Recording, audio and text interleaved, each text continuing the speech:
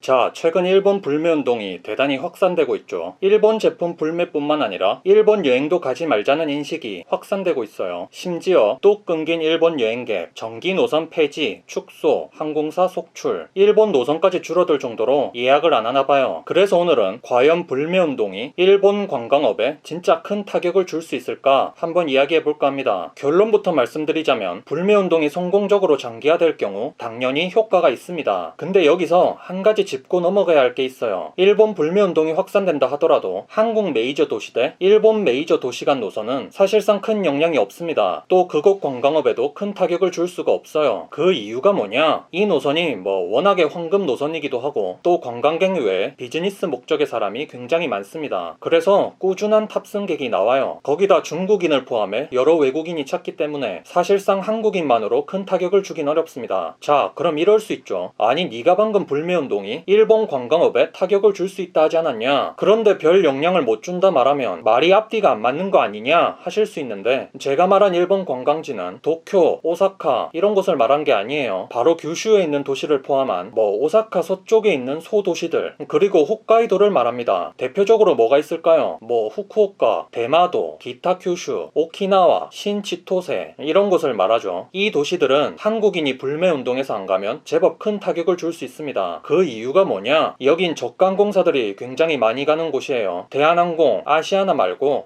티웨이, 이스타, 에어서울 이런 곳을 말합니다. 그럼 왜 저가항공사들만 많이 가냐? 항공사들이 무작정 나 도쿄 하네다 공항에 취항하고 싶다 이런다 해서 가능한 게 아니에요. 그 공항 슬롯, 그러니까 자리가 있어야 취항할 수 있는데 이미 메이저 항공사들이 선점하고 있으니 자리가 없겠죠. 그래서 일본은 뚫어야 돈이 되겠고 도쿄 하네다 같은 메이저 공항은 자리가 없고, 그러다 보니 비교적 한적한 소도시들, 여기를 뚫은 거죠. 생각보다 장사도 잘 됐습니다. 왜냐? 한국인 여행객 입장에서도 별로 나쁠 게 없어요. 옆나라라 가깝기도 하고 또 소도시라 해도 나름 관광지도 잘 돼 있고 일본이다 보니 치안도 그럭저럭 괜찮은 편이고 굉장히 만만하게 다녀올 수 있으니까요. 그럼 한국인이 이런 관광지에는 얼마나 큰 영향력을 끼칠 수 있을까? 한번 데이터로 살펴봅시다. 홋카이도 신치토세 공항의 경우 2017년 기준 전체 외국인 149만 명이 방문했는데 한국인이 48만 8천 명, 33%가 한국인입니다. 3분의 1이면 굉장한 수치죠. 오사카 서쪽은 더 심해요. 후쿠오카 공항의 경우 전체 외국인 이용객 220만 명 중 한국인 관광객이 137만 명, 거의 63%가 한국인이에요. 쿠마모토 공항 전체 외국인 5만 1000명 중 3만 4천, 67%가 한국인이에요. 오이타 공항 5만 8천 명 중 한국인 5만 1000명, 88%가 한국인이에요. 심지어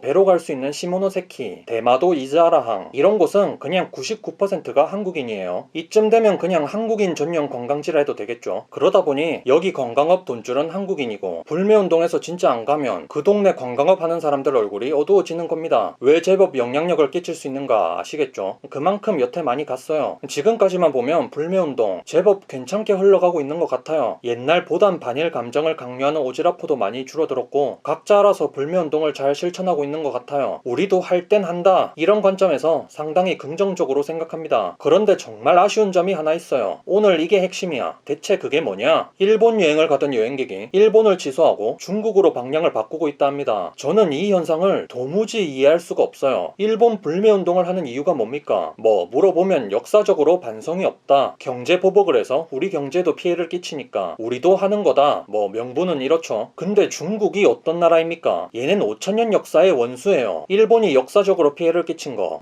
외구들 와서 깝죽거린 거랑 임진왜란, 그리고 35년간의 식민 통치 이 정도죠. 반면 중국은 어떻냐? 그냥 셀 수가 없어요. 5000년 내내 쳐들어오고 조상들을 죽이고 약탈하고 우리나라 여자들도 상당히 많이 납치하고 겁탈했죠. 일본보다 몇십 배 더 심했으면 심했지 결코 덜하지는 않습니다. 6.25 때도 중공군 우리 국민과 국군을 정말 많이 죽였지 않습니까? 얘네 때문에 통일도 못하고 엄청난 실향민까지 생겼어요. 최근에도 반성의 기미 같은 건 전혀 없죠. 중국, 러시아, 영공 침범해서 항의하니까 중국에선 이랬어요. 한국은 침범이라는 용어 조심해서 써라. 아주 싸가지가 없죠. 툭하면 한국은 소국이라면서 노골적으로 무시하는 게 바로 중국입니다. 거기다가 경제보복도 빼놓을 수가 없죠. 불과 몇 년 전에 무슨 일이 있었습니까? 우리 땅에 방어무기 들여놓는다 하니까 반대하면서 엄청난 경제보복을 했지 않습니까? 지금 일본과는 비교도 할 수 없을 정도로 엄청난 경제 보복에 현지에 진출해 있는 한국 기업들 굉장히 괴롭혔죠. 그 당시에 저희 회사도 상당한 고통을 받았어요. 한국 기업은 어디 하소연할 수도 없고 엄청난 피해를 받습니다. 이것 말고도 중국에 대해서 말하라 하면 저 밤새 영상 찍을 자신 있어요. 미세먼지도 보너스로 오질나게 보내죠. 왜 이런 엄청난 국가는 불매운동을 하지 않는 겁니까? 지금까지 단 한 번이라도 중국 불매운동하자고 전국적으로 큰 움직임이 일어난 거 저는 본 적이 없습니다. 일본보다 더 했으면 더한 게 중국인데 이상하리만큼 중국에는 관대합니다. 심지어 요즘 불매운동 정치적으로 이용하는 사람들도 있죠. 뭐 다음 총선은 한일전이다 이딴 소리 하면서 말이에요. 근데 중국은 이상하게도 없어요. 우리 대통령님은 중국몽 꾼다고 하고 차기 대통령으로 유력한 박원순 씨는 뭐라고 했죠? 우리나라를 파리에 비유하면서 붙어가야 한다고 막 그랬지 않습니까? 그러면 내년 총선은 중한전인가요? 이상하게 중국에 대해서는 뭘 아는 사람이 크게 없어요. 참 아이러니합니다. 중국 여행 저렴하다고 실컷 놀러가고 대륙의 실수라면서 샤오미 엄청나게 좋아하고 칭따오 맥주 겁나게 마시죠. 과거부터 지금까지 수치스러운 일의 연속인데 왜 중국 불매운동은 하지 않을까 정말 의문이에요. 그러니까 중국에 대해서도 경각심을 좀 가지면 좋겠습니다. 오늘 영상 결론, 역사를 잊은 민족에게 미래는 없다는 말에 북한과 중국도 좀 포함시켜주세요.